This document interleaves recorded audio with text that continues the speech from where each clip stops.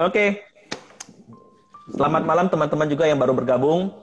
Ya, hari ini kita akan membahas tentang stress management. Nah, kenapa ya pakai pembelajaran hari ini tentang stres ya? Ya, untuk Cek Susan mau tanya ya. Cek Susan kan sebagai konselor juga ya. Apakah memang zaman sekarang ini banyak orang yang stres ya? Bisa jadi seperti itu ya, makanya Harvey sampai buat ada tema stress management ini gitu ya. Kemudian juga beberapa waktu lalu di salah satu gereja, saya juga ada bawakan tentang manajemen stres, tapi khusus untuk remaja. Nah, hari ini topiknya kurang lebih akan ada yang banyak kemiripan, tapi ini khusus ditujukan kepada teman-teman yang pemuda seperti itu, karena kan faktor stresnya kan pasti berbeda-beda seperti itu. Tapi kalau misalnya ngomongin tentang stres, apalagi akhir-akhir ini dengan berkembangnya teknologi media sosial, saya yakin semakin banyak orang yang stres.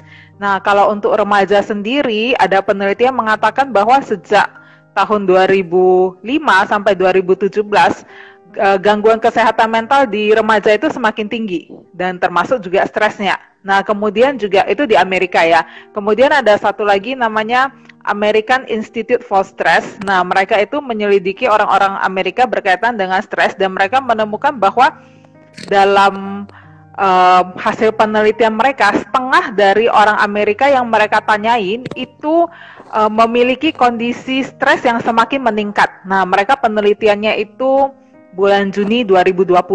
Nah, itu di Amerika dan saya yakin lebih kurang juga sebenarnya terjadi di Indonesia. Hanya saja di Indonesia kan belum ada angka statistik yang pasti. Kalau mungkin ada juga, ya saya sendiri masih belum nemu gitu ya. Tapi pastinya semakin berkembangnya zaman, pasti semakin stres. Nggak usah jauh-jauh, kayak kita aja. Mungkin anak remaja zaman sekarang dibandingkan kita waktu remaja zaman dulu ya, mungkin tingkat stresnya itu sekarang jauh lebih tinggi karena ya dulu kita nggak ada media sosial, mainnya kan kelereng. Nah, tapi mereka bermainnya dengan media sosial dan melihat jauh lebih banyak hal dan mungkin itu menjadi salah satu sumber stresor juga bagi mereka. Jadi ya kemungkinan besar semakin Jadi, banyak orang yang stres. oke. Jadi bisa dikatakan banyak stres lah ya. Tapi kita nggak tahu ya di Indonesia. Cek Susan mungkin jangan terlalu dekat mic-nya. Oke, Biar ini suaranya ya. nggak terlalu itu. Oke. Tapi kedengaran kan ya?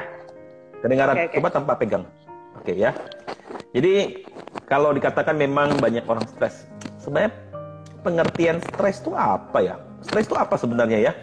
Kita kan sering pakai bilang, aduh gue stres, lu stres lah, dan lain sebagainya ya. Kadang-kadang sebenarnya kalau mau ditanya, apa sih arti atau bagaimana kita bisa mengerti dengan benar apa itu stres itu loh? Stres itu apa dong jadinya? Nah, jadi sebenarnya kan banyak teori tentang stres, tapi secara sederhananya stres itu adalah, kalau suara saya kayak gini kedengaran ya? Oke. Nah, kan banyak teori tentang stres. Nah, tapi secara sederhananya saya ambil satu aja. Stres itu respon tubuh kita, respon diri kita, termasuk tubuh kita itu terhadap satu tuntutan atau tugas dari luar. Nah, apalagi ketika kita merasa satu tuntutan dari luar itu, kita tidak mampu untuk coping dengan itu, dan rasanya kemampuan kita kurang untuk itu, nah kemungkinan besar kita akan jadi stres. Tetapi ketika tuntutan dari luar itu masih oke, masih selevel dengan kita, ya kita nggak akan. Tapi kalau udah melewati, kita anggap itu melewati batas kita, nah itu kemungkinan besar kita akan jadi stres. Jadi stres itu satu bentuk respon dari diri kita terhadap tuntutan yang ada di luar. Nah, kira-kira singkatnya seperti itu. Jadi ketika ada tuntutan, otomatis kita akan merasa stres. Tergantung stresnya levelnya kecil atau levelnya besar. Semakin kita rasa ada kejomplangan antara kemampuan kita dengan apa yang jadi tuntutan, nah kemungkinan besar stres kita akan semakin besar. Seperti itu. Oh, jadi stres itu kayaknya cukup akrab dengan kehidupan kita ini ya, tuntutan demi tuntutan ya. Benar-benar. Gitu, stres itu suatu hal yang buruk gak sih ya?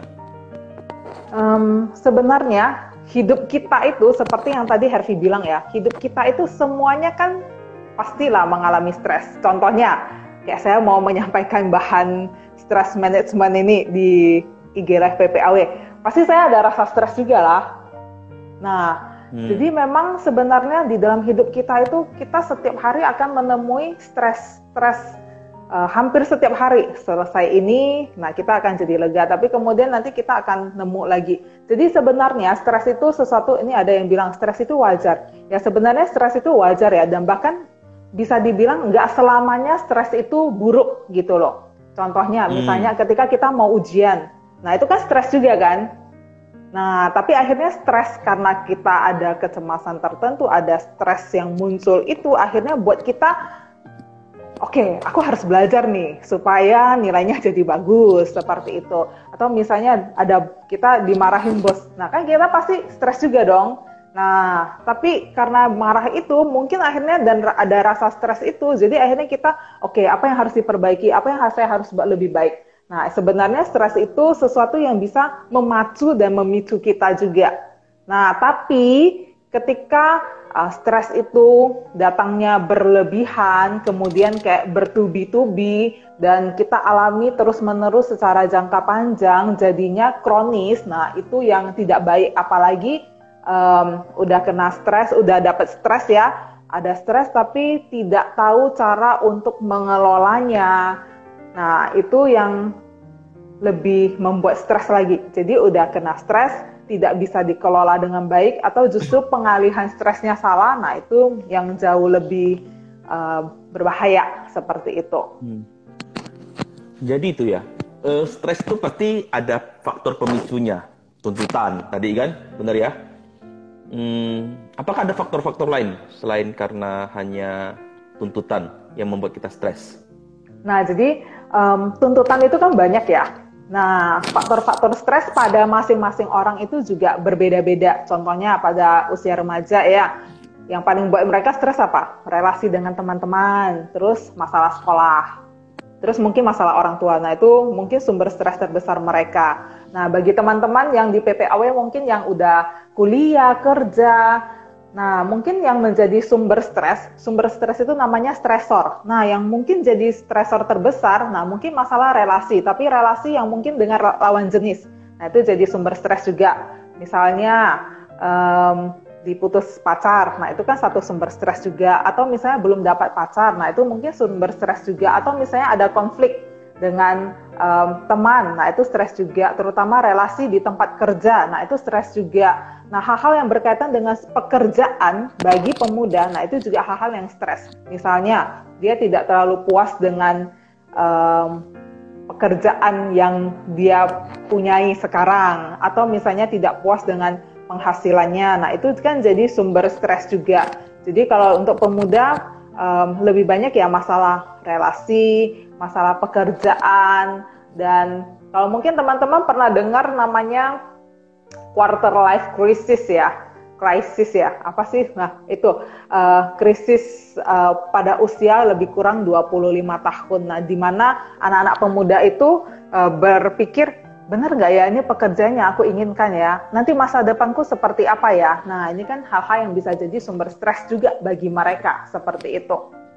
Ada yang mengalami itu, mungkin ada yang mengalami hal yang lain. Masing-masing beda, tapi kurang lebih berkisar tentang hal-hal itu sih. Kalau Ko Hervi dulu, stresnya apa? Ya, waktu banyak, pemuda? Ya, banyak stres saya. Nah, tapi sekarang kita gini deh. Tadi kan stres itu berarti sesuatu hal yang cukup wajar dalam kehidupan kita. Tapi kan identiknya stres itu kan nggak bener.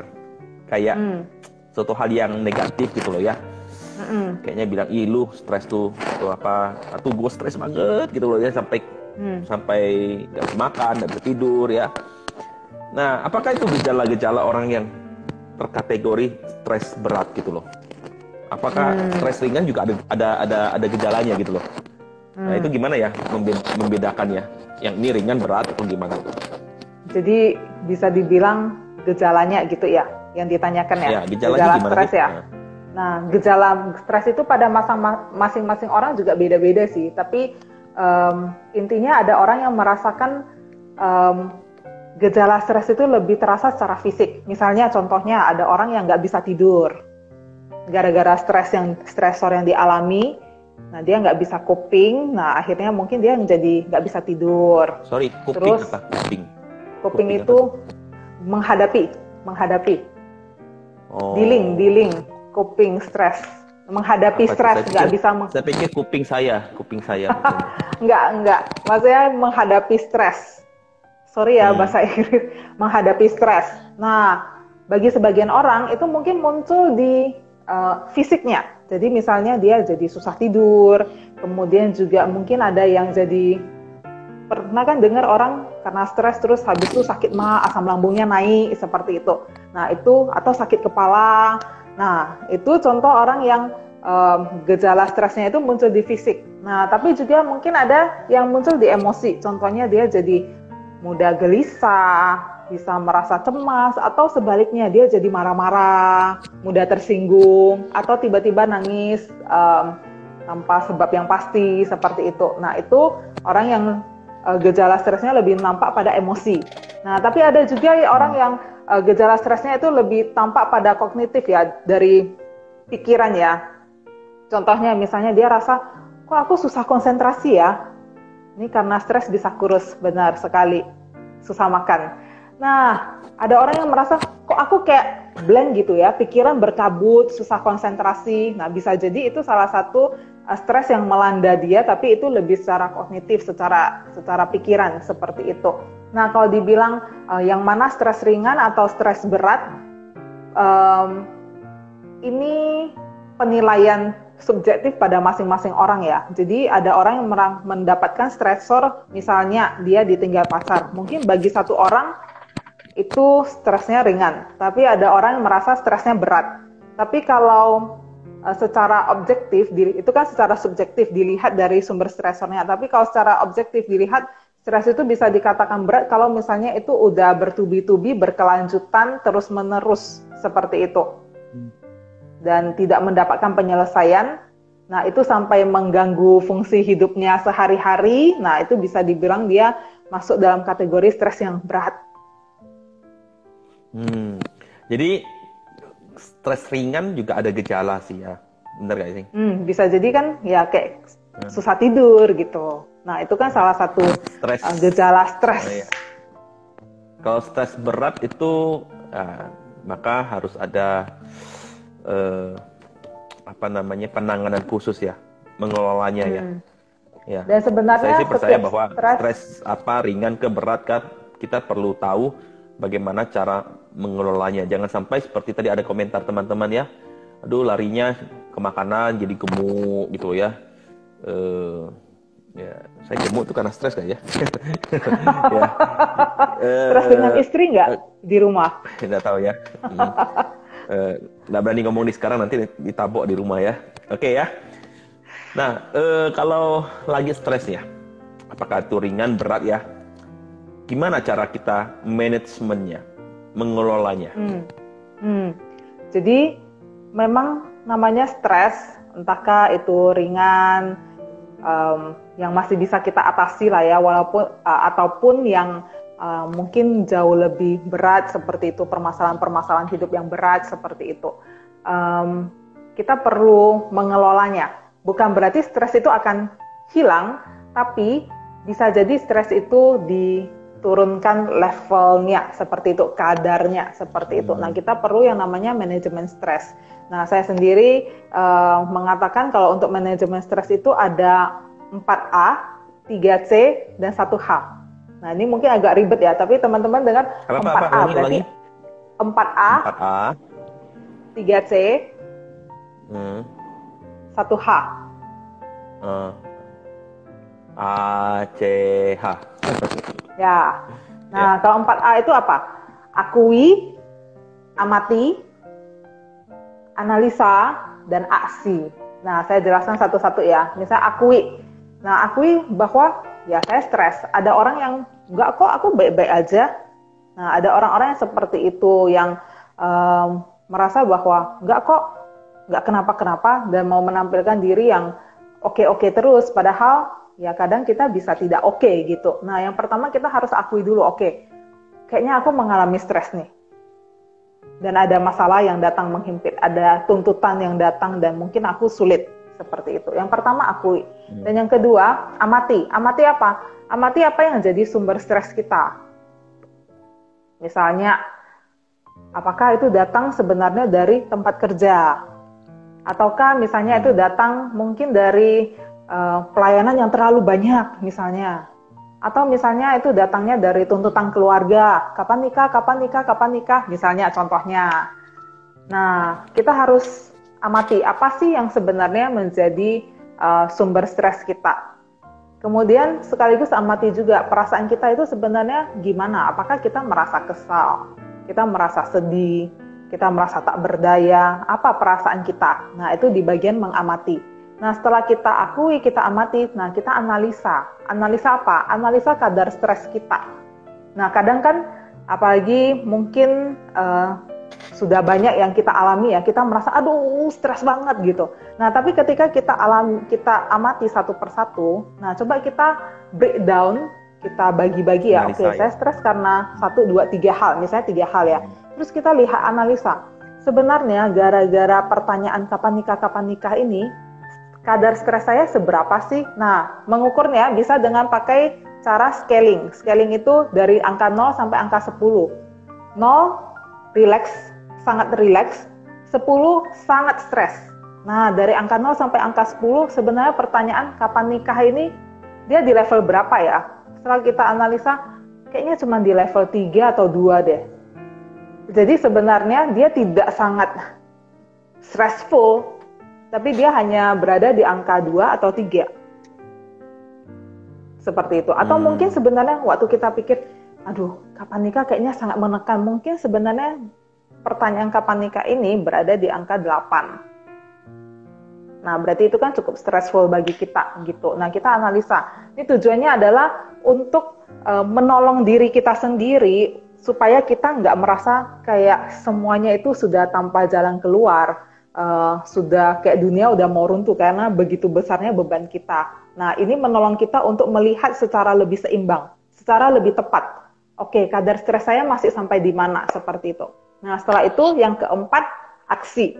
Nah, apa yang bisa saya lakukan untuk menurunkan kadar stres saya? Misalnya yang tadi ditanya kapan nikah, mau turunkan kadar stresnya angka 8, terus habis itu mau diturunkan misalnya jadi angka 7 lah atau angka 6, walaupun tidak bisa dihilangkan semua. Nah, contohnya gimana aksinya untuk pertanyaan kapan nikah? Kan nggak mungkin kita menikah kan? Nah, itu bukan jawaban sih ya. Nah, tapi aksinya bisa dengan kita kasih tahu, misalnya mama atau papa yang sering tanya, nah kita bisa kasih pengertian, kita ajak dialog, kasih tahu bahwa pertanyaan ini membuat saya merasa tertekan. Nah, jelaskan posisi kamu. Nah, itu salah satu aksi yang bisa diambil. Nah, itu contohnya, itu salah satu contoh. Atau misalnya kedua, misalnya dengan cara pengalihan. Kita mencari pengalihan yang lebih sehat lah ya, bukan pengalihan ke makan yang banyak atau langsung kecanduan main game online, bukan seperti itu. Tapi misalnya pengalihan yang jauh lebih sehat, misalnya daripada kita berpikir tentang pertanyaan kapan nikah, nah pengalihan yang jauh lebih tepat adalah misalnya kita sendiri menyiapkan diri kita jadi jomblo-jomblo yang berkualitas, yang berkelas misalnya, seperti itu. Nah, ada yang bilang olahraga aja, badminton guys. Nah, ada yang boleh juga nih, seperti jangan itu. Jangan itu kapan nikah, ada yang langsung stres banget. Waduh. Nah, seperti itu. Nah, itu stres nih. Nah, itu yang 4A. Jadi akui, amati, analisa, dan aksi. Nah, harapannya memang kita nggak mungkin dari angka 8 langsung angka 0. Nah, itu mungkin bagi kita nggak realistis ya. Tapi setidaknya dari angka 8 kita bisa turunkan dengan ke angka 6. Nah, itu sesuatu yang jauh lebih realistis gitu. Nah, itu 4A. 3C, nah 3C ini gampang sekali.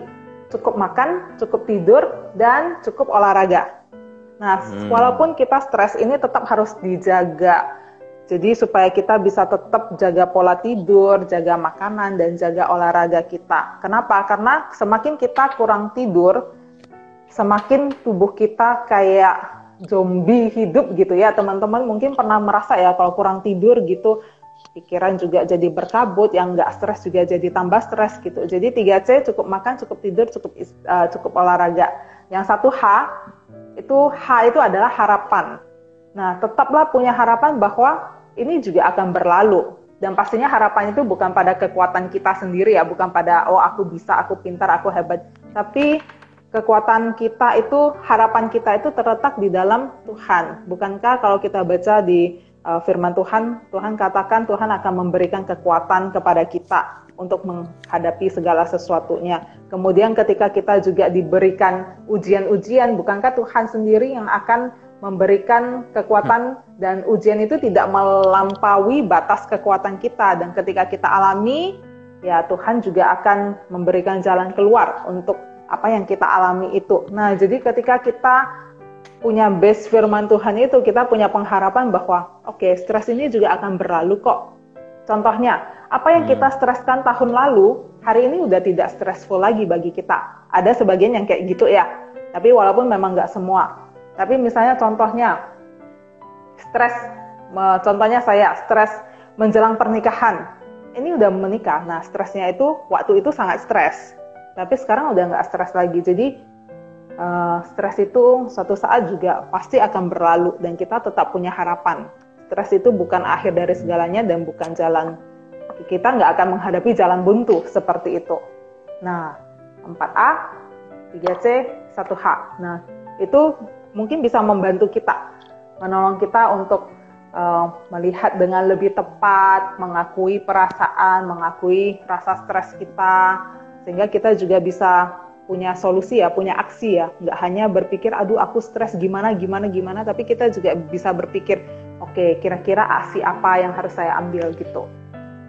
Ya, tapi kan, ya tadi yang saya kasih tips tuh 4A, 3C, 1H, ya itu sangat luar biasa ya. Tapi kan kadang-kadang orang lagi stres tuh kan susah mikir ya, suka berkata, aduh gimana ya, aduh apa ya. Jadi ada sesuatu hal yang gelisah, ya.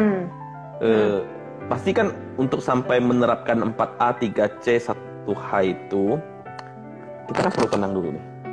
Ya. Tapi kan orang lagi stres. Lagi stres gimana tenang ya?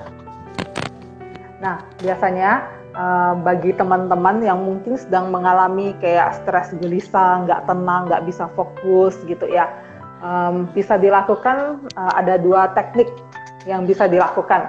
Yang satu deep breathing, jadi bernapas dengan dalam.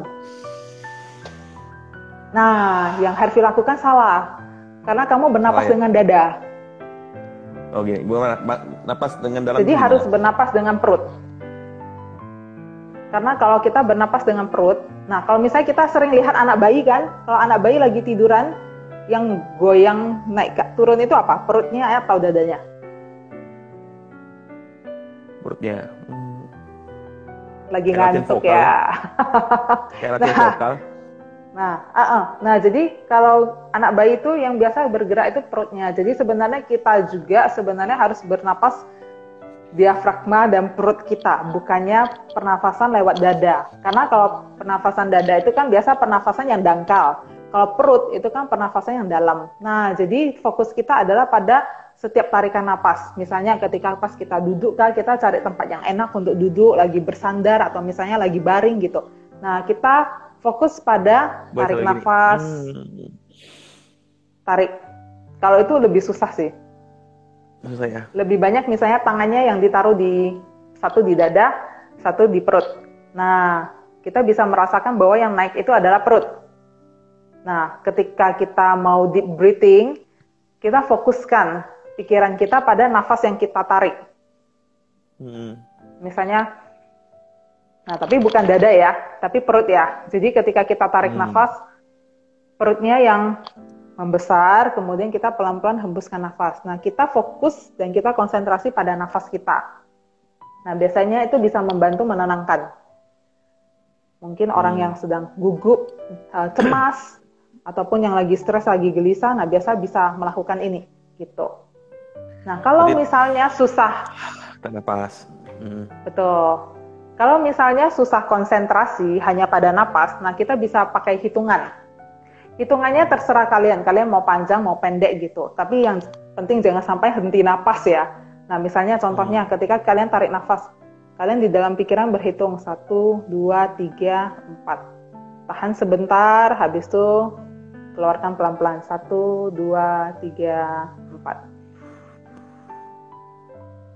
Nah terus habis itu baru tarik nafas lagi 1, 2, 3, 4. Jadi di dalam pikiran kita menghitung sambil kita menarik nafas. Nah itu menolong pikiran kita untuk berada di waktu sekarang ini, pada saat ini, tanpa kita memikirkan hal yang lain.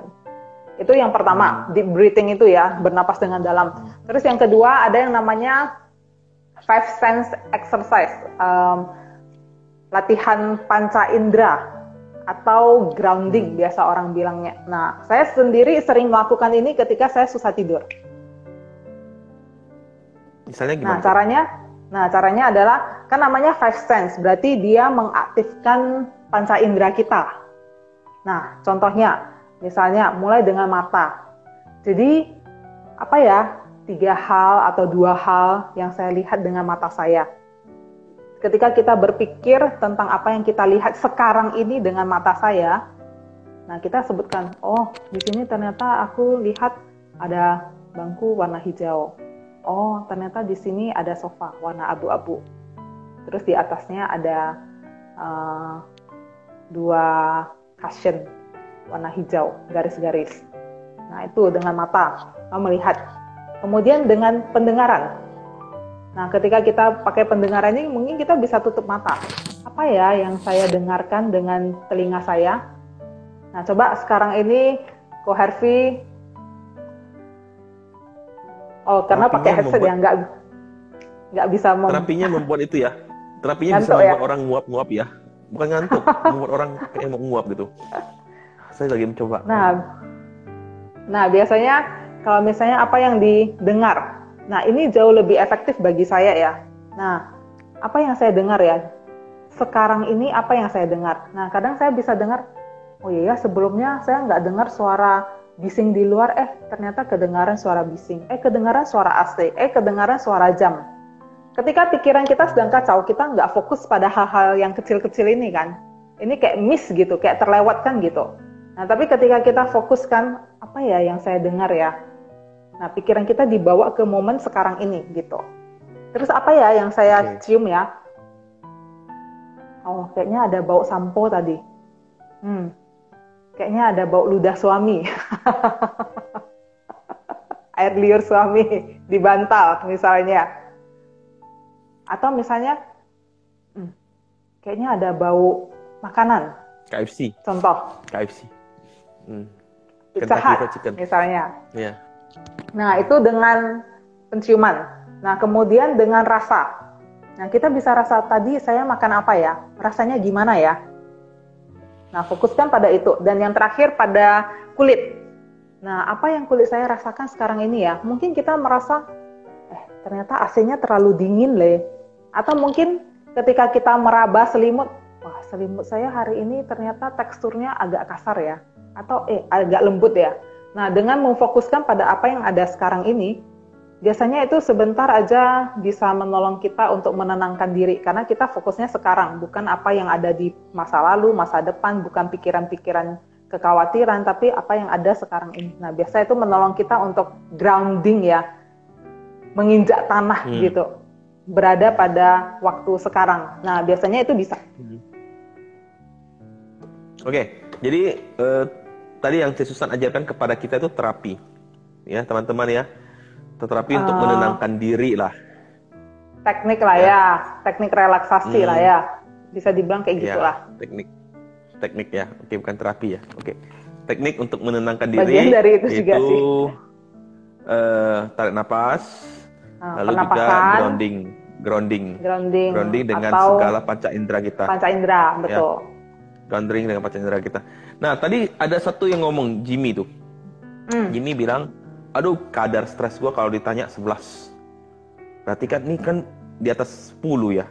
Berarti itu berat sekali stres tuh ya. Nah, harus diakui kadang-kadang ada stres yang sangat-sangat besar dan berat untuk ditanggung. tadi ada tambah. Nanti kalau gini terus bisa gila, oh ya. Makanya kan kita selalu bilang itu orang-orang di rumah sakit jiwa itu kenapa? Orang stres gitu ya. Ya makanya kita bilang lu stres tuh berarti apa? Lu gila gitu loh ya. Gimana ya kalau misalnya itu suatu hal yang sangat berat untuk ditanggung kita ya. Kan ada beberapa kasus kisah ya,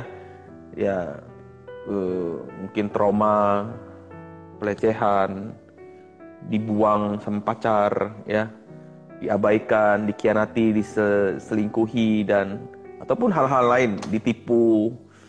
Kadang-kadang sampai kita resikonya jadi besar gitu ya, kita harus kena dampak banyak hal lah ya. Gimana ya? Gimana cara kita melihat kalau sumber itu sangat besar dalam kehidupan kita? Ya memang harus diakui ya. Kehidupan sehari-hari kita aja stres gitu, dan ada teman-teman tertentu yang mungkin mereka mengalami stres yang jauh lebih besar daripada yang bisa mereka tanggung gitu ya. Nah, saya ingat ada satu bagian firman Tuhan dikatakan bertolong-tolonganlah di dalam menanggung beban seperti itu. Beban itu memang terasa berat untuk ditanggung, jangan tanggung sendirian. Di gereja kamu punya mentor, kamu punya kelompok kecil, kamu punya PKK ya. Nah, kamu punya PKK, bahkan kamu punya hamba Tuhan dan kamu punya konselor juga. Dan gereja menyediakan seperti itu. Kamu punya pembina, nah silakan datang pada mereka.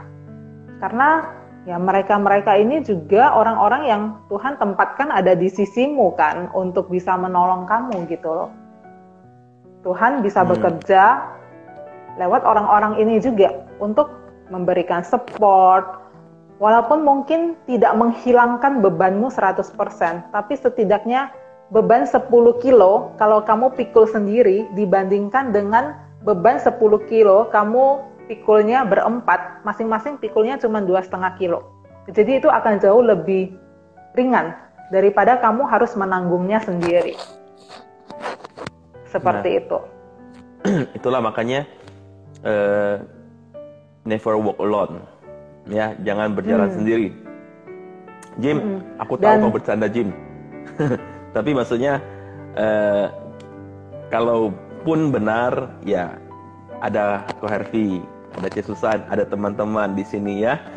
Teman-teman yang lain kalau memang mengalami stres dan merasa itu cukup berat, bisa datang kepada kami, datang untuk cerita ataupun datang untuk sekedar untuk didengarkan ya, kami siap mendengarkan.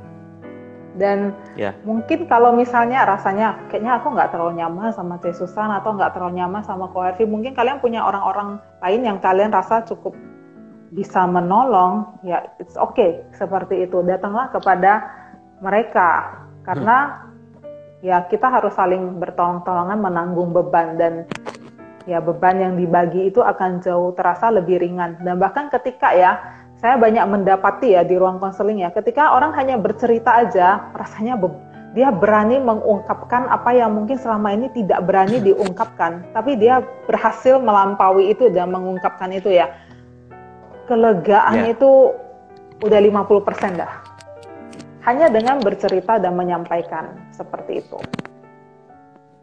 Dan ini stres harus segera ditangani, karena kalau semakin disimpan namanya sesuatu yang buruk ya, semakin disimpan nah itu akan semakin susah. Kayak mesin mobil ya, akinya udah habis terus dipasang, nah jadinya putus deh. Jadi stres bisa jadi gila ya? Bisa. Gangguan gangguan mental lah ya. Tapi bukan gangguan langsung gila mental. Kali. Ada orang katakan gini, apa mungkin stres sebelum sampai ke gila depresi dulu. Habis depresi baru gila gitu ya? Gilanya maksudnya kayak schizofren gitu ya? Yang kayak di rumah sakit jiwa lah. Ya. Bisa jadi banyak hal sih. Kan seseorang mengalami gangguan mental itu kan juga banyak faktor. Nah, salah satu stres yang berkepanjangan bisa jadi salah satu pemicunya. Ada orang yang gangguan mental itu kan nggak hanya schizofren seperti yang di rumah sakit jiwa yang harus dipasung atau apa. Nah, bukan hanya seperti itu. Kalau gangguan mental itu kan termasuk juga depresi. Nah, itu kan termasuk juga gangguan mental. Kemudian kecemasan, gangguan kecemasan. Nah, itu kan termasuk juga gangguan mental seperti itu. Jadi ya bisa, stres itu bisa jadi titik awal ya. Kalau tidak ditangani, bisa lama-lama seperti itu. Bunuh diri juga bisa? Bisa. Bisa ya. Ketika merasa sangat buntu. Teman-teman yang lagi stres, jangan simpan sendiri ya. Perlu diselesaikan. Ya. Butuh penyalur ya. Aliran emosi kita ya. Jangan sampai stres itu disimpan sendiri karena ya itu lama-lama jadi suatu hal yang buruk bagi diri kita. Nah, oke teman-teman, ini dari C. Susan ya. Mungkin ada yang mau bertanya ya tentang topik stress management ya. Silakan bertanya, nanti C. Susan akan memberikan jawaban ya. Oke. Jadi kita belajar hari ini tentang bagaimana kita mengatasi perasaan stres ya. Manajemennya, ingat ya, tadi ada 4A, 3C, 1H. Di sini saya baca, Nelson bilang dia bersedia, datang aja ke dia. Ya, Nelson bersedia nih, ya asalkan ada bayaran nggak nih, ditraktir makan gitu. Baik teman-teman, jikalau ada silakan ya bertanya, mau tanya apapun boleh, khususnya tentang masalah stres. Ya, Susan mau tanya ya. Tadi dibilang stres itu suatu hal yang wajar. Apakah semua stres yang ringan-ringan itu juga perlu diselesaikan? Atau cukup diakui aja, habis itu sudah selesai? Enggak ya, jadi kan tadi memang ada tahapannya, ada sampai aksinya. Misalnya contohnya kayak inilah gampangnya. Stres itu kan tadi saya bilang respon diri terhadap tuntutan dari luar. Misalnya kayak ini. Hervi minta saya bawakan stress management di IGRF PPAW. Ini sesuatu yang stressful juga kan? Bagi saya. Karena kan saya harus siapkan bahannya, harus modifikasi, terus harus menyampaikan. Nah, itu kan sesuatu yang stres bagi saya juga sebenarnya. Tapi di satu sisi, ini stres yang cukup oke juga kan? Walaupun stres, tapi dia memacu saya untuk saya harus persiapan, nanti kira-kira gimana jawab pertanyaan teman-teman. Nah, ketika IG Live ini nanti jam 8 selesai, ya udah stres saya juga selesai. Seperti itu. Nah, jadi banyak hal dalam kehidupan sehari-hari kita mengalami stres. Nah, ketika itu udah selesai, berarti ya stresnya hilang. Tapi yang nggak bagus itu adalah yang tuntutan itu tetap ada dan itu stres itu tetap, stresor itu tetap ada dan tidak terselesaikan dan itu jadi berlanjut, apalagi kalau udah ada satu terus tambah yang lain. Nah, ini yang jadi stres kronis seperti itu. Ya, thank you ya, Susan untuk penjelasannya. Jadi lebih paham, lebih mengerti bagaimana cara mengelola stres. Oke, apakah ada pertanyaan sebentar saya lihat ya? Ada yang bertanya ini. Apakah stres yang disebabkan di tempat kerja adalah tanda kalau kita tidak cocok dengan pekerjaan tersebut? Bisa jadi tapi belum tentu juga. Karena kan banyak faktor ya. Misalnya, contohnya beban pekerjaan yang terlalu banyak. Kita susah untuk berkata tidak, sehingga tolong ya kerjakan ini ya, oh iya, tolong ya ini kerjakan ini ya, iya. Nah, bisa jadi itu juga. Atau bisa jadi faktor lain juga, misalnya kita merasa gaji yang kita dapatkan dengan tenaga yang kita keluarkan itu nggak seimbang gitu, gajinya kecil tapi disuruh lembur tanpa dibayar. Nah, itu kan jadi sumber stres juga. Tapi apakah itu menandakan kita tidak cocok dengan pekerjaan kita? Belum tentu. Mungkin kita suka kerjaan kita, tapi karena masalah gaji ini akhirnya membuat kita jadi stres. Bisa jadi. Atau mungkin teman-teman yang ada di sana. kita suka pekerjaannya, tapi teman-temannya orang-orang yang tidak terlalu mendukung, mungkin ada persaingan yang tidak sehat. Nah, itu kan bisa jadi sumber stresnya juga seperti itu. Nah, jadi sebenarnya banyak faktor juga. Nah, ini yang perlu dicari tahu, sumber stresnya tadi itu. Kan ada kan, amati, apa sih sebenarnya yang jadi sumber stresnya? Apakah memang kita tidak cocok dengan pekerjaannya, atau tidak cocok dengan tempat kerjanya, atau tidak cocok dengan gajinya, atau tidak cocok dengan teman-temannya. Seperti itu. Jadi sebenarnya banyak faktor yang perlu dipertimbangkan. Tapi kalau misalnya rasanya karena temannya nggak cocok, terus gajinya nggak cocok, uang lemburnya juga nggak cocok, semuanya nggak cocok, ya mendingan kamu cari tempat yang dimana kamu bisa jauh lebih baik dibayar, dan kamu bisa jauh lebih baik bertumbuh, dan kamu lebih bisa mendapatkan pengalaman yang jauh lebih positif gitu. Karena tadi kan pertanyaannya tidak cocok dengan pekerjaan ya. Nah, kalau misalnya dengan pasangan hidup nih, dengan pacar, ya nggak berani ngomong soal contoh istri sih ya. Kalau dengan pacar nih, stres terus sama cewek ini, kita tuh dibuat stres terus. Apa perlu mengakhiri semua ini? Wah, pertanyaan yang dalam. Nah, jadi sebelum diakhiri, kita mesti lihat dulu, amati dulu, apa sih sebenarnya sumber stresnya itu? Apa sumber percekcokan di antara kalian? Mungkin ada satu konflik yang tidak terselesaikan. Nah, bukan masalah konfliknya sebenarnya, tapi cara penyelesaian kalian. Nah, mungkin yang belum. Sebenarnya apa sih yang buat Sorry, ulangi Susan. Cari pacar lagi, kata Malvan. Nah, jadi sebenarnya ketika kita merasa stres terus ya dengan pasangan kita ya, bukan suami atau istri ya, tapi pacar kita ya. Nah, daripada kita putuskan, nah kita cari tahu dulu, kita amati dulu, apa sih sebenarnya yang jadi sumber stresnya kita. Sumber stres itu, stresor itu apa? Apakah ada satu konflik berkepanjangan yang tidak bisa diselesaikan? Nah, berarti kan sumbernya di sini, bukan kepada orangnya sendiri gitu kan. Nah, sumber konflik ini yang diselesaikan. Seperti itu. Jadi, jangan merasa, kayaknya udah stres nih, harus diputuskan. Nah, jangan dulu. Kamu coba dulu, lihat, amati dulu, apa yang jadi sumber stresnya, apakah itu bisa diselesaikan. Nah, kalau tidak bisa diselesaikan, nah baru kemungkinan besar kamu akan mempertimbangkan apakah tetap melanjutkan hubungan atau tidak, seperti itu.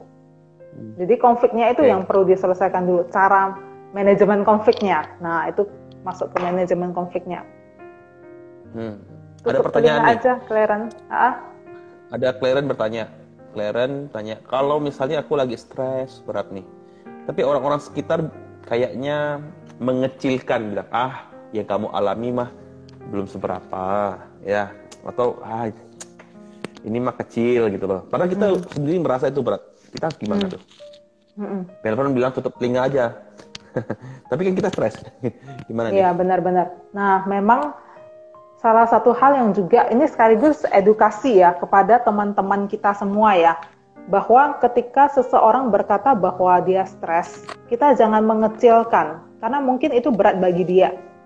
Nah, kita harus selalu menjadi pendengar yang baik bagi teman-teman kita, karena mungkin bagi dia yang menghadapi itu berat. Mungkin bagi kita, kamu masih belum seberapa, saya loh gini.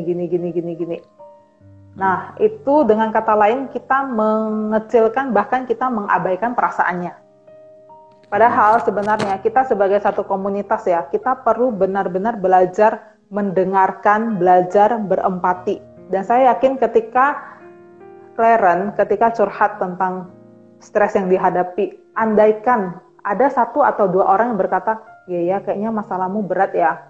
Andaikan ada orang yang memberikan peneguhan untuk perasaannya, mungkin Claren tidak akan merasa stres ini, walaupun stresnya memang berat gitu. Nah, setelah ada orang yang mungkin mengenali, mengakui, iya, kayaknya Claren sedang stres ya, misalnya ya, dan mungkin apa yang kamu alami itu nggak mudah. Nah, setelah itu, baru dicari solusinya bersama. Nah, itu akan jauh lebih mengenakan bagi Clarence sih. Nah, jadi tampaknya Clarence sendiri curhat pada orang-orang yang mungkin tidak terlalu peka dengan apa yang terjadi pada Clarence gitu. Jadi saran saya kalau mau curhat, curhatlah pada orang yang memang benar-benar peka, yang memang punya rasa empati. Karena ya jujur aja ya, hampir semua kita dan bahkan termasuk saya sebelum belajar konseling, saya itu tidak peka dengan perasaan orang. Ah, kamu dikit-dikit cengeng, gitu kan. Nah, kadang kita mengecilkan masalah orang lain. Tujuannya apa? Sebenarnya kita nggak bertujuan jahat sih. Tujuannya apa? Supaya dia nggak merasa sedih. Sebenarnya tujuannya itu, supaya dia nggak berlama-lama di stresnya. Sehingga kita katakan, itu mah belum seberapa. Harapannya apa? Supaya dia mikir, oh iya ya nggak seberapa. Tapi sebenarnya itu salah. Karena kita sudah kayak mengabaikan perasaannya seperti itu. Jadi saran saya kalau bisa Clarence, carilah orang yang tepat, curhatlah pada orang yang tepat, dan walaupun mungkin stresnya tidak bisa hilang seketika, tapi ketika kamu mendapatkan orang yang tepat, mendengar masukan yang tepat, atau sekedar kamu mendapatkan teman yang tepat, nah tingkat stresmu itu akan jauh lebih rendah karena kamu merasa ada orang yang mengerti kamu. Kira-kira Jadi itu sih. komunitas teman itu penting ya. Kalau kita berteman tapi mungkin kalau saya pengalaman pribadi yang sering mengecilkan itu adalah orang tua, keluarga ya. Ah, kau nih masih kecil, sedikit-sedikit stres. Papa, mama dulu stresnya lebih berat gitu daripada kalian. Wah, Dulu gitu kan. saya, ya biasa orang tua kayak gitu ya. Dulu papa mama kerjanya dari pagi sampai malam, SD sudah jualan kue, bla bla. Nah, kita merasa dikecilkan gitu kan. Kita harus bagaimana dong? Ya udah ya udahlah. Aku udah mau terlalu banyak ngomong lagi sama dia, udah gitu aja ya. Nah, biasanya kita akan mengambil jalan seperti itu. Biasanya, kebanyakan. Karena kan kita nggak bisa melawan orang tua kan. Dan kita nggak bisa, ya orang timur ya, susah untuk mengatakan tidak pada orang tua, menyampaikan perasaan pada orang tua. Ya, kita maklumi aja lah. Nah ini sesuatu yang harus kita pelajari, kita maklumi. Cari teman yang bisa mendengar dengan baik ya. Betul. Ya. Nah, cari support yang lain. Cari support yang lain gitu. Boleh? Cari support yang lain gitu. Kayaknya nanti kita pulang, saya masih mau cerita nih, saya stres nih. Aduh, butuh dimengerti nih. Oke, teman-teman, Susan, tinggal beberapa menit lagi. Boleh closing statement dah ya untuk teman-teman di sini tentang stress management. Ya, terima kasih teman-teman yang sudah join ya di IG Live selama hampir 1 jam ini. Satu saja yang menjadi closing statement, kiranya kita jadi komunitas yang tidak mengabaikan perasaan orang, tetapi kiranya kita jadi komunitas yang benar-benar seperti kata firman Tuhan, bertolong-tolongan menanggung beban kita. Karena itu juga yang Tuhan Yesus lakukan kepada 2 orang yang berjalan ke Emmaus, itu juga yang Tuhan Yesus lakukan kepada perempuan perempuan Samaria yang berada di sumur. Tuhan Yesus tidak langsung menjudge mereka, tetapi Tuhan Yesus mendengarkan. Dan kiranya kita juga bisa jadi komunitas yang saling mendengarkan, saling berempati, dan ini adalah salah satu cara kita berbagi beban dengan teman-teman kita. Kita jadi komunitas yang bisa dipercaya, bisa keep secret, dan tidak menyebarkannya jadi bahan gosip di tempat lain seperti itu. Itu aja sih, Pak Harvey. Jangan lupa juga tentang 4A, 3C, 1H. Akui, amati, analisa, aksi. Cukup tidur, cukup makan, cukup olahraga. Terus kita punya satu hal yang tidak boleh hilang, adanya harapan bagi kita. Cukup mudah untuk diingatkan teman-teman. Segala sesuatunya juga akan berlalu, stres itu juga akan berlalu. Bahkan kalau dipikirkan dunia ini cuma sementara. Saat pulang balik rumah Bapa di surga, ya segala beban ini sudah akan kita tinggalkan. Ya, selama kita masih jalan hidup ini, jalanilah dengan kekuatan daripada Tuhan. Ya. Amin.